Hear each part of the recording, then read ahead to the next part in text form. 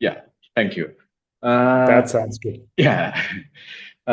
So I want to know, like, your work mostly has been like established with the visual turn in international relations, and uh, how do you define visual global politics today? Like the changes that I mentioned, like there are like kind of a technological as well as like the way that democracies are going on, like that has also been changed.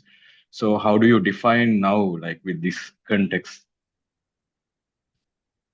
Yeah, look, I think that the definition of visual politics hasn't really changed. I mean, it's all around the role that images play in both framing politics, in sort of giving us a certain view of the world and showing us certain things, but not other things, of really sort of constituting the world around us by framing it, which is a very political act. And, the philosopher Jacques Rancière speaks of the distribution of the sensible, of how images basically frame what we can see, what we cannot see, what we can think about, what we can rationalize, and what we can articulate. So it's sort of this aspect of the visual that's really political.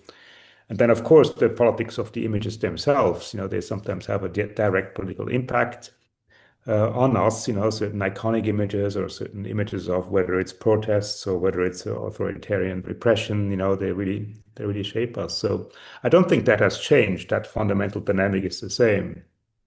But as you've mentioned, technology plays a really, really important role, the changing technology.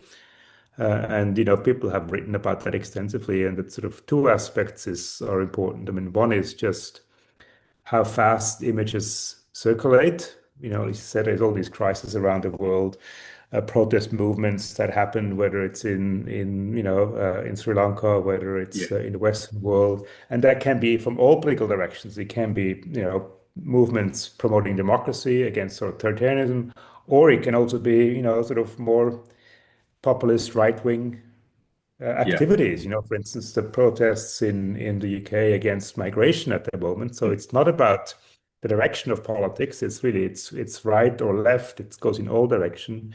But basically, the speed at which these images circulate, means we are aware of these issues. We can understand what's happening around the world, and we get shaped by the images that we see. And that's a powerful tool. So protest movements, you mentioned an interest in protest movements, for them, it's really important to be visible because this visibility means power. It means that you can get your message across. That it means you can influence people. You can bring your movement into the news and perhaps have an influence and an impact with that. So I think that speed is really important. And of course, again, with technology, the second aspect is that almost everyone now has the ability to access, photographs, to take yeah, photographs with a phone, with a small camera, or, mobile device, take a video clip. It's no longer limited to elites. Basically, we all can take images and we can circulate them on social media, on, TikTok, Facebook, Instagram, whatever we're using. So this is really yeah. dramatic that Yeah. these changes. So basically, like you are saying, like images are kind of epistemological actors in the, I mean, rather than just illustrations. Like it's like creating kind of a new knowledge, and it's like impacting a lot for the how people are reacting for different circumstances in their political backgrounds. Yes, I think that they do far more than represent the world. I mean, I think they enact it, they constitute it, they are a form of politics that, because we as citizens, as collectives, as individuals, as societies, we are shaped by the images that we see, and our views are shaped by them, our opinions, our political debates. I think they're doesn't mean that images are the only factors. Images they interact with other, factors, but I think images are part of how we basically have come to understand the world around us, and by definition, then how we constitute the world. What actions we take, what moral positions we formulate. How we emotionally perceive the world around us. I think that's why images are really important, and they've always been important. But the technology today really renders images a lot more powerful than they used to be in that sense. Yeah. And also, like, if we look on the discipline of international relations as a different academic discipline, so I mean, like when it's come to it's like the methodology part.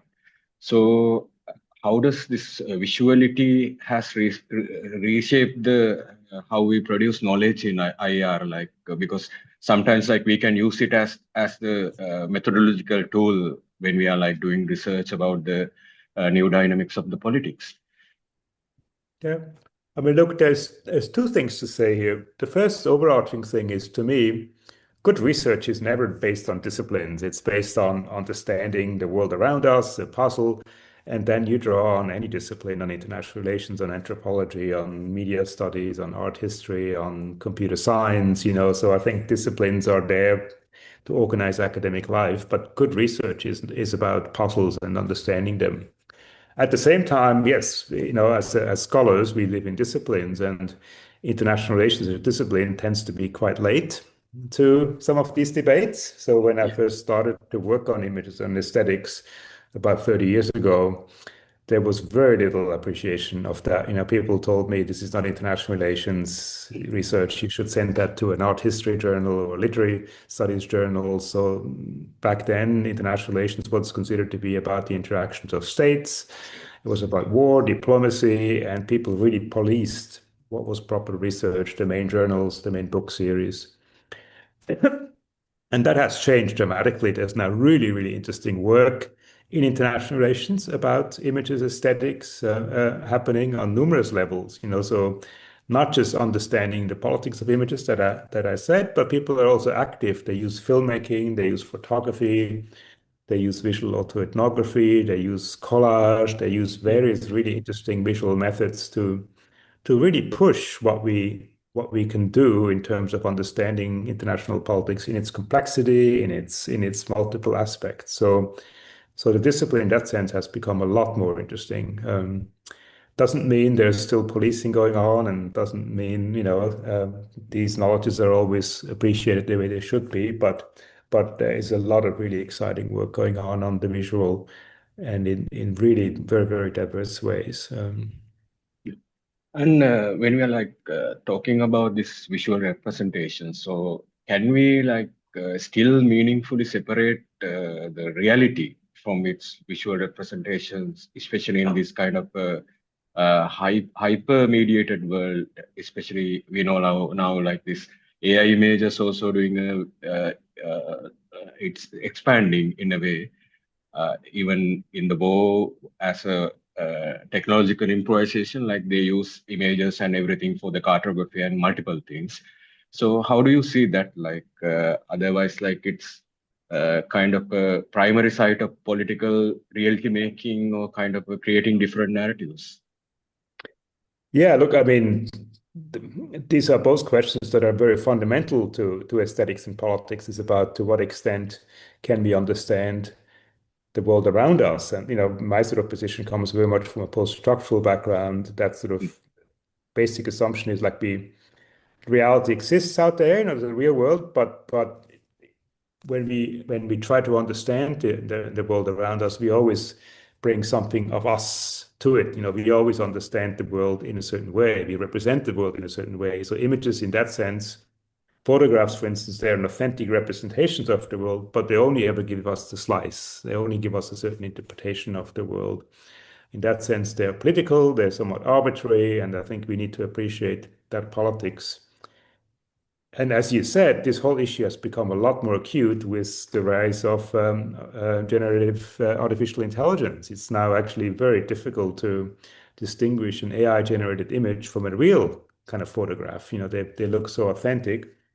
And that sort of creates a lot of really big anxieties, when people don't trust photographs anymore because they don't know if this is photograph really real, or is this just an AI-generated image? And the power of photography in the past has been precisely because it's meant to give us some sort of authentic representation of the world. It's meant to give us insight into the world. So this is sort of a real thorny issue among photojournalists, among politicians, among people in general. When you look at your social media feed, you always have to ask yourself, is this image real or is it fake? Is this Yeah. video real or is it fake? And it leads to mistrust. But at the same time, like images have never been authentic. We always have images that are always an interpretation of the world. They have always been manipulated. You had manipulation 100 years ago. Or photographs get circulated arbitrarily, out of context. And so in that sense, this issue is not new. The kind of question of manipulation, the question of representation, the question of trust in photography and visuals is an old debate. And AI has increased that debate, but it's really, it's not a completely new debate that we need to have about how we understand the world around us and the images that give us access to that world. Yeah. And when we are like talking about this visual politics, like especially it's like connecting with the sensible politics, because like uh, in a way, like especially this John Berger, he's saying like the things we are seeing, that is the first thing like we are getting as a perception. So how does this concept help us to understand like protest movements, especially I can take out the event example from our backyard, like the protest movement started from Sri Lanka, especially against the authoritarian regimes, and it started to like I mean go to the region as well as like beyond the region sometimes, especially in the global South countries. So how do you like where this visibility often intersects with the vulnerability and risk, like especially when it's come to these kind of political turns in the different states? Yeah, look, I mean, an interesting issue and not an easy one. And John Berger, of course, is one of the key authors has written on the issue of photography and visuals and art and so on. But to me, the really interesting question is, we talked before about the protest movement needs visibility. So it needs to be seen to basically to exert its main impact, its main purpose. And that's different from 200 years ago. A protest movement 200 years ago, or even 50 years ago, was a local movement. It was about local dynamics. Today, it's about accessibility to being visualized, because if you can make it into social media, conventional media, your power gets a lot bigger. So that's one aspect, is this visibility and the need to be visible for a protest movement.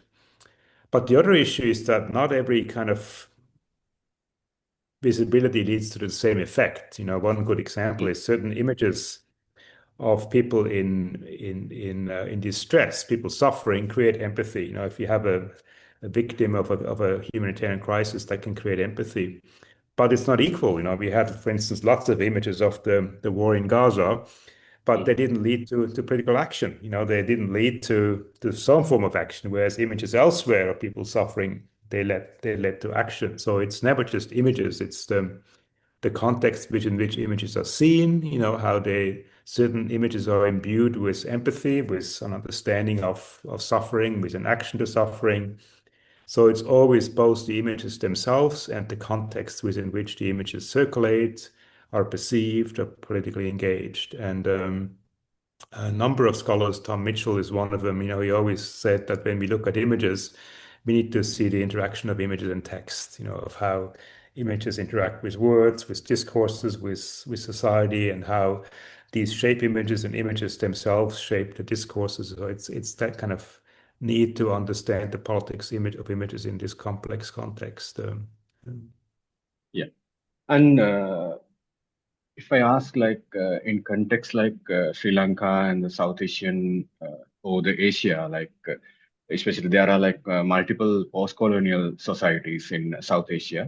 So how do you like see the difference between like visual politics, like when it's come to the Western or the global North and the global South? Like what kind of a differences you are seeing, like with the technological application and multiple dynamics? Look, I think one of the big things, and that's a project I'm working on, is to find more ethical ways of visualizing global crisis, humanitarian crisis, Uh-huh. because traditionally they have been visualized through the types of images that are seen as quite, colonized in terms of, depicting victims in the global South as passive, as unable to basically help themselves in one form as people who suffer. And there's a lot of critique of that, and there's a lot of sort of arguments for decolonizing how we depict victims around the world. So to me, that's a really, really kind of important issue, is how colonialism, remains very much intact, and it's represented in how we visualize the world, in the kind of the stereotypes that circulate of victims, of power, of who has access to what. So I think in that sense, as post and decolonial scholars argue, colonization is not just about the conquest of space, it's about the conquest of the mind, about the type of discourses, images, emotions that circulate, that become accepted as normal. And so in that sense, I think this is a really, really interesting issue, and goes to the core of what decolonizing, kind of politics means. Is about opening up spaces for different ways of seeing the world, experiencing the world, viewing the world, that are more just and more respectful of difference. And Yeah. So like you mentioned earlier also, like when it's come to this, we are witnessing kind of different wars, like in this era, Gaza war and also Ukraine, and otherwise the kind of rising geopolitical tensions with the US, Israel, and Iran, especially in the West Asian region. And these conflicts are like deeply visual in a way, and also like they have like shaped by satellite imagery, live streams, drone footage, and also like AI generated intelligence, like that's like increasingly like we can see in multiple platforms. So how have the visual regime of war changed in 21st century? Like we see like this technological uh, improvisation of the war tactics and everything is like very vast like during last few years. So how do you like relate it with the visual and how they are using it in the warfares and as a yeah, tactical I mean, tool as there's a lot of things to be said about that. It's obviously a well? very complex issue, but Yeah, let me just make 2 points. I mean, the first one maybe is that, and that's already sort of evident in the way you phrase the question or brought the issue up, is that the visual exists in so many complex, multiple ways. It's about photographs, it's about video clips, about social media, but it's also about satellite images, it's about surveillance cameras, it's about AI generated images. And it's also about, the clothes we wear, about national monuments, about national mm, military parades. So the visual is really everywhere. It's not just photographs as we think about it. It's really, the visual is all around us. And when we look at war or any phenomena, it's really this combination of the visual. The famous sort of example here, of course, is when the US justified the invasion into Iraq with satellite images, the evidence of mm, satellite images that are meant to show the existence of weapons of mass destruction. But of course, then in reality, they didn't exist, and yeah, the so-called visual evidence wasn't really visual evidence.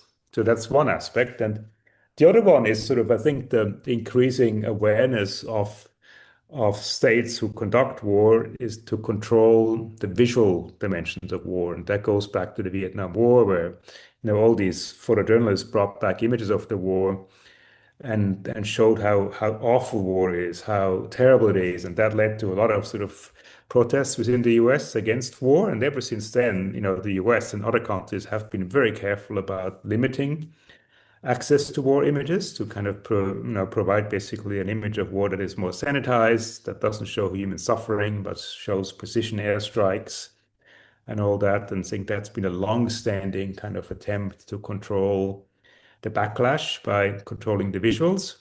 But of course, today, with everyone having access to phones and being able to take images and circulate them, that's becoming more and more difficult. The images we see out of Gaza, out of the Ukraine, out of any war zones, really can show us multiple aspects of the war, and they can show us things that kind of nations that conduct warfare don't really want us to see. So this is all, yeah, like there's no easy kind of way of summarizing that. And there's a lot of aspects, mm, and people research different aspects, and that's what makes the visual so fascinating. It really yeah, requires us to understand all these multiple facets.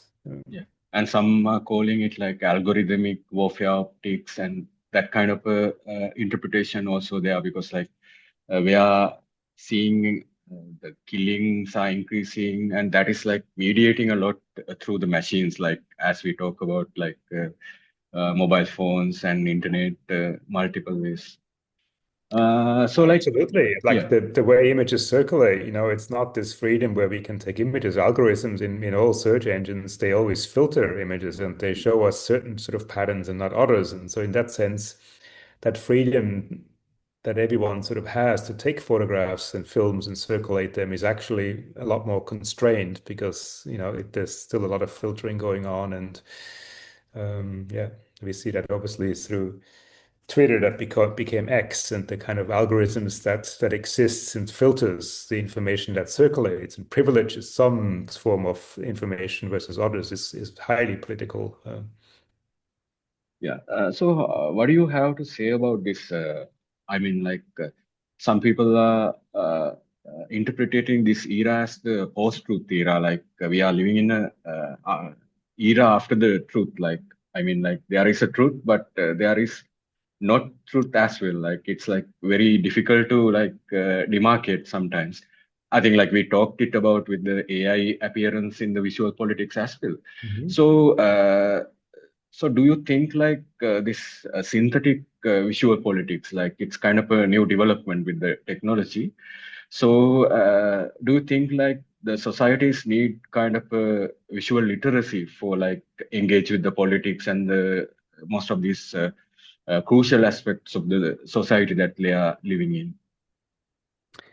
Yeah, look, I mean, these debates are not new in terms of, what is truth, what is objective reality. Yeah, They're yeah, yeah. epistemological debates that have been sort of debated for centuries, really. It's Centuries. about how can we know the world. And as I said, my position is, we have a reality out there, but as human beings, when we understand this reality, we bring our values to this understanding. We represent the world in certain ways, and we have to be aware of that that kind of subjective and arbitrary sort of way of constructing the world.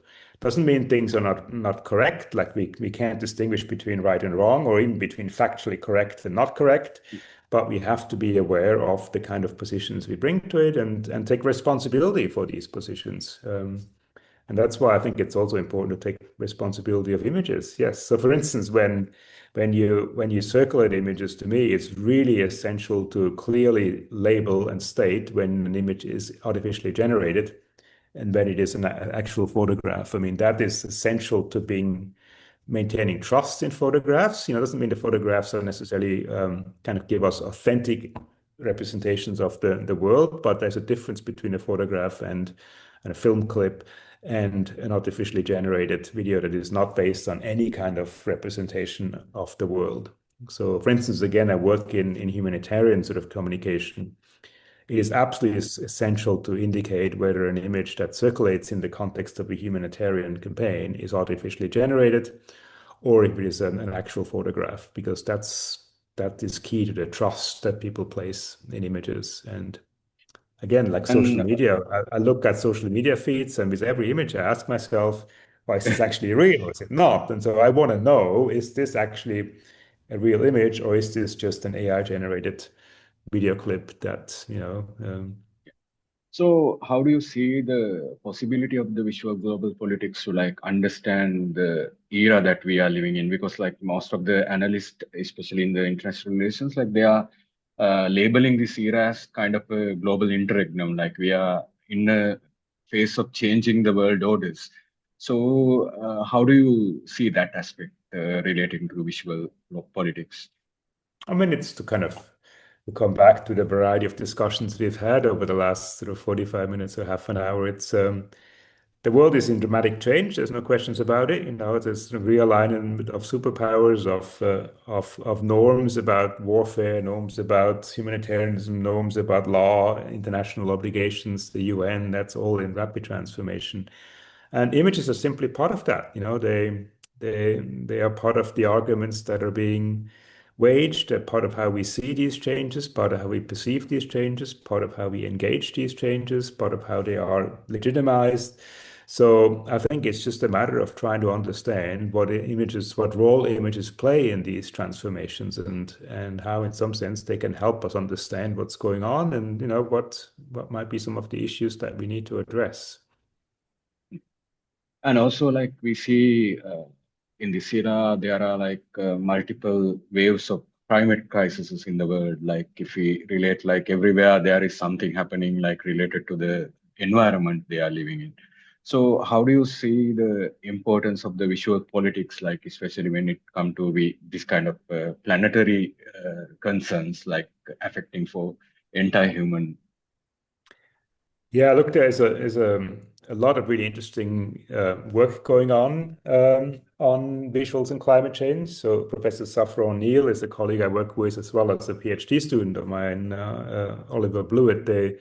And other people, Kate Manzo and others, work on climate visuals, and it's a really, really fascinating topic of how we sort of use visuals often in a very stereotypical way to draw attention to climate change. We see ice bears as symbols of climate change, or we see certain colored maps as symbols of climate change, or people at the beach that are often very misleading in terms of what's actually going on and the extent that goes on. So in some sense, this is also part of a shift that needs to happen about how we can actually have more appropriate images of that visualize climate change. And the problem, of course, climate change is something that can't directly be visualized. It's not an issue that like torture or war we can have a picture of, but climate change is abstract. It takes place everywhere, and it's not easy to actually have a picture of climate change. So we need metaphors, visual metaphors that kind of stand in for climate change. That's why the ice bear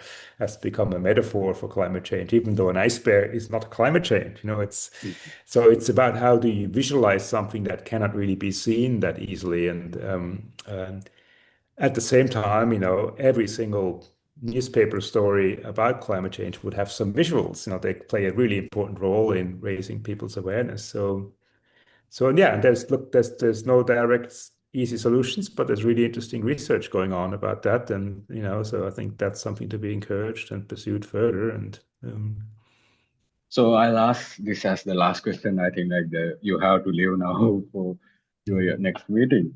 So I'll ask like when it's come to visuals and all the things that we discuss about, like it's like directly connecting with the ideologies in the societies, like how certain communities or the societies are seeing the things, what's going on there. Like it could be a kind of a mainstream ideology, or it can be a kind of a alternative ideology. Like if I take an example from Sri Lanka, so there was we had a like long-term civil war.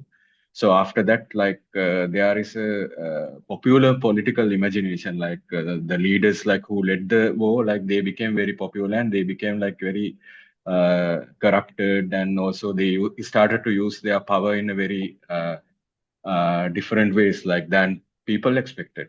So how these narratives, like this mainstream aspect as well as the alternative aspects, are like impacting the societies, like especially I think like the major tool is the visuals, like when it's come to construction of these ideological viewpoints.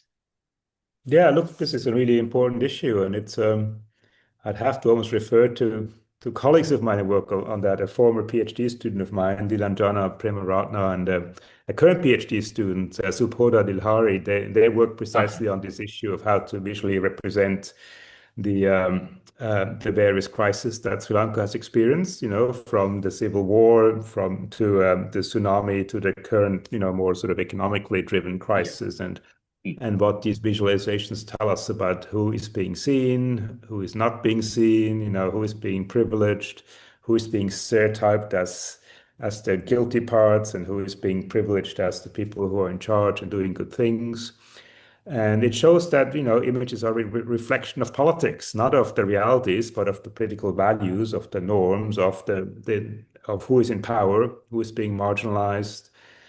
And it also shows the importance of actually alternative images, as you put it, of sort of having activists, photographers, and so on, provide visuals that challenge these stereotypes, these kind of mainstream images that really reflect mainstream power relations and reflect, often the government in charge, the existing power relations in charge, and their ability to depict the world in a way that suits them. And that's why alternative sort of photography, video, social media images are really crucial to open up spaces to challenge some of these existing norms. Yeah. Yeah. Okay, Ronald, thank you very much for providing the time. I hope we have more time to discuss about these things, and Yeah, I look, think let's stay in it's touch. Your very work sounds really yeah, yeah, interesting. Let me know what you're working on, and I'd be really keen to stay in touch. So you do fantastic work, and these are crucial issues and issues that I'm sort of very passionate about. So yeah. let me know if I can help in any way. Okay. Yeah. I have some visual collections, and I'll share with you through the emails. You can also see how can I also expand my viewpoint related to this visual global politics and analyzing those images, especially from our part of the world. So it's really nice to see you and talk with you. Thank you very Same much. here. It's been a Yeah. big Visit Sri pleasure. Lanka also, when you are Look, I around. was there a long time ago in 1980, 81 for a Ah, while, so probably way before you were born. yeah, So, exactly. and as I said, I've worked closely with scholars. Nilanjana was a PhD student of mine, and I still work with her very closely. She does very good work. She's at the University of Uh-huh. Newcastle at the moment, Nilanjana Premaratna. She has done a good book on art and peace building in Sri Lanka, how Yeah, art yeah. can bring people together. And Supora Dilhari is a current PhD student of mine, and she works on Uh-huh. visualizations of humanitarianism. So I've had a long interest in Sri Lanka. I've read about Sri Lanka a lot, Yeah. and I hope I'll be able to go back at some point. Yes. Yeah. Okay, Ronald. Thank you very All much right. and take Good to care. talk. All the very best. Yeah. See All you. right. You too. Bye.